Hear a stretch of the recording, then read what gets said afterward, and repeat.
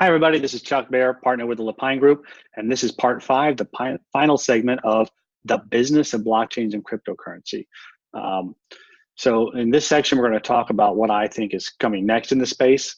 I've tried to really focus the first part of this talk on things that are actually happening right now, real tangible business benefits and business activities. This is going to look a little more speculative and into the future. And I think the first thing is I've kind of rolled over a lot of ideas that are out there being talked about that are more complex.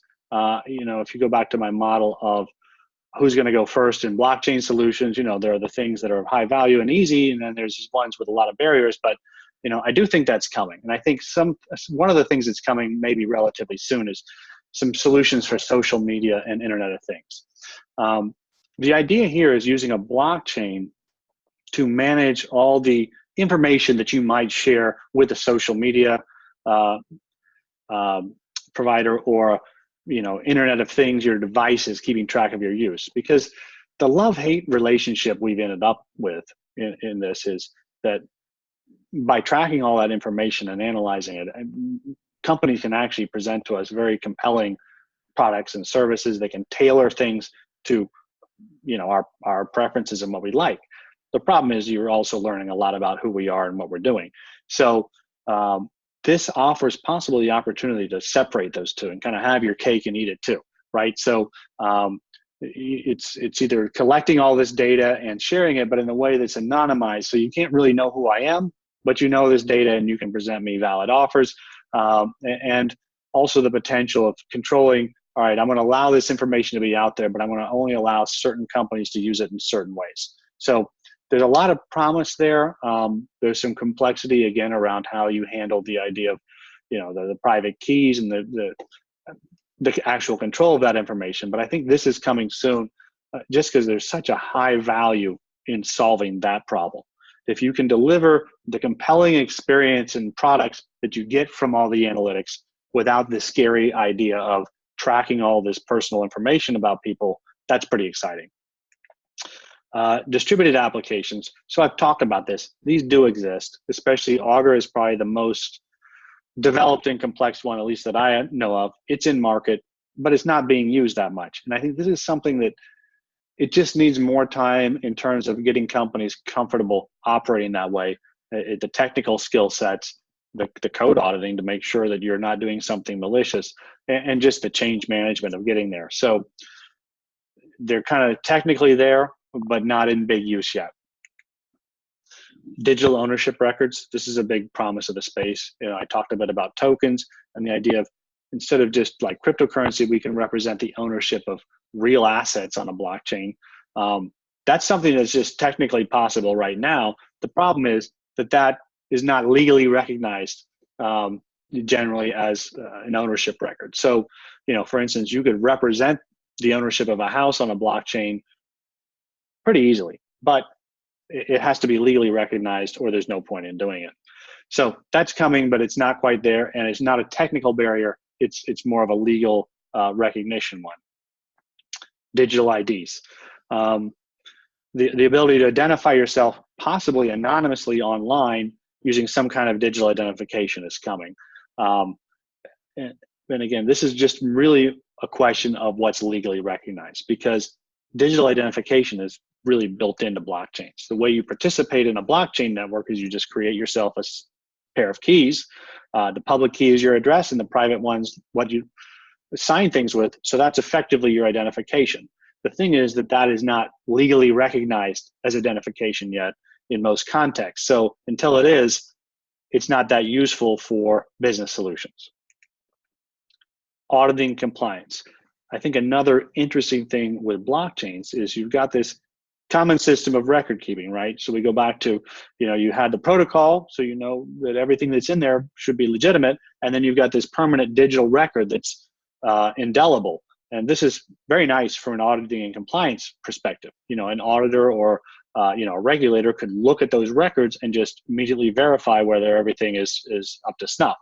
The challenge there, again, is about, one, legally recognizing those records, and two, getting the auditors and regulators that would do that actually using blockchain systems, which is a big change for them. So that's coming, but it requires overcoming some hurdles. And voting and governance.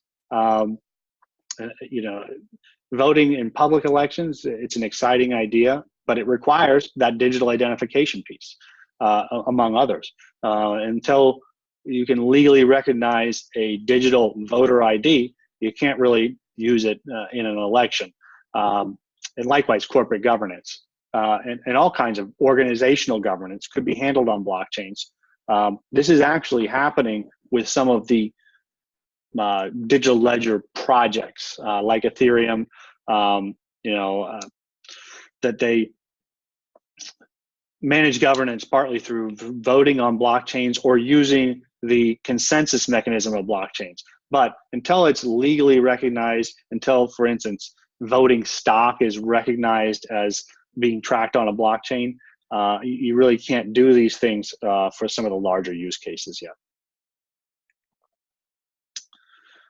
I think another interesting thing, thinking about what happens next, is to look at what's happened in the past. And very close to my career is the development of the internet as a commercial platform.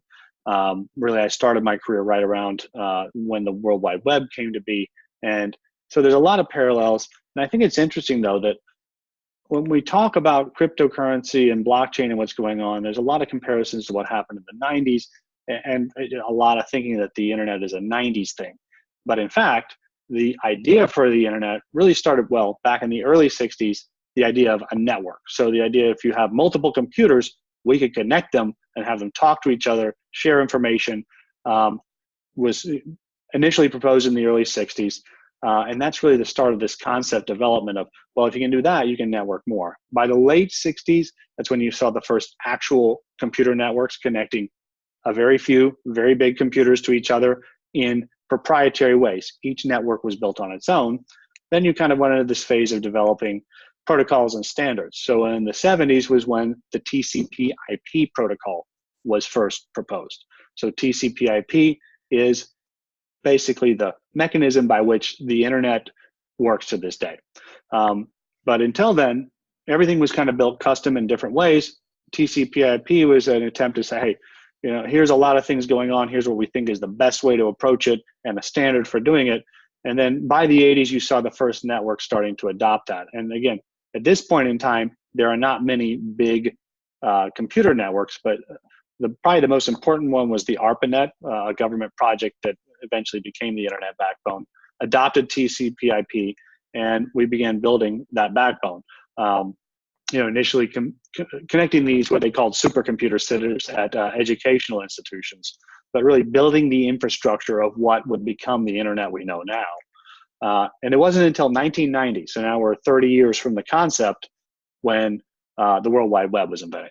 So Tim Berners-Lee came up with the concept of the World Wide Web, and maybe almost equally important, a bit later in the 90s is when the modern web browser was invented.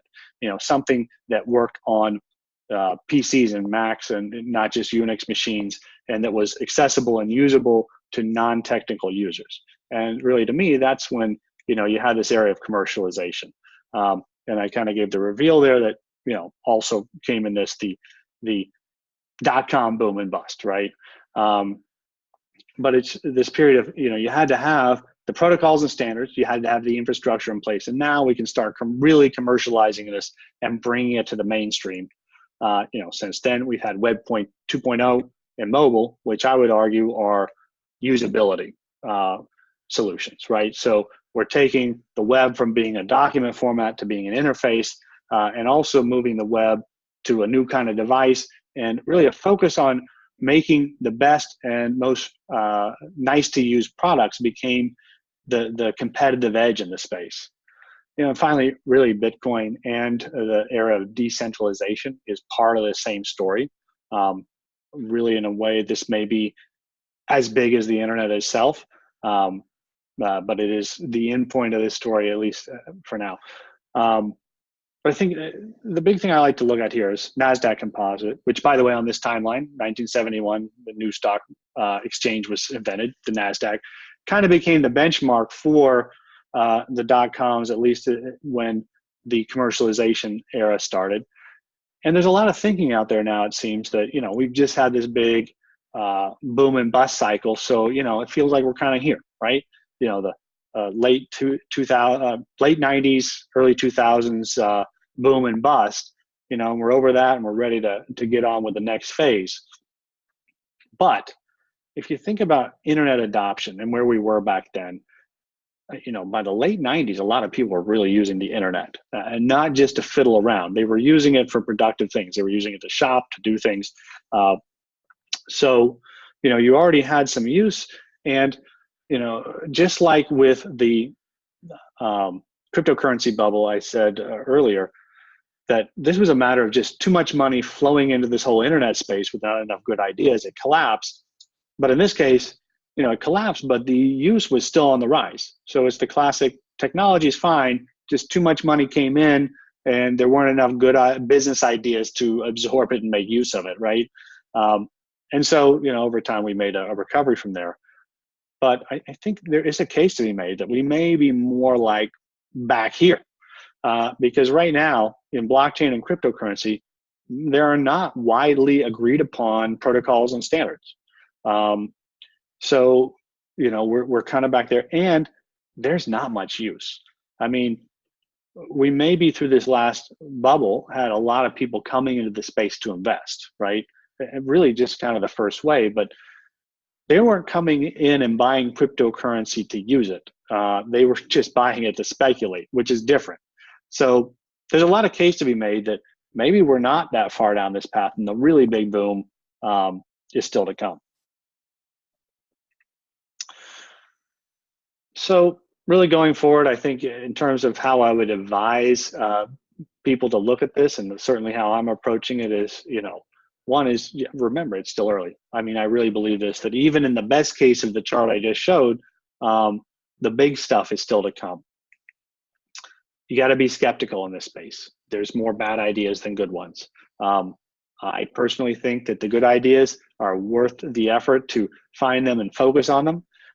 But there are more just plain not that well thought out bad ideas out there. And there are also straight out malicious ideas out there. So when you operate in this space, both in terms of investing personally, investing in projects, pursuing certain platforms and ideas, be skeptical.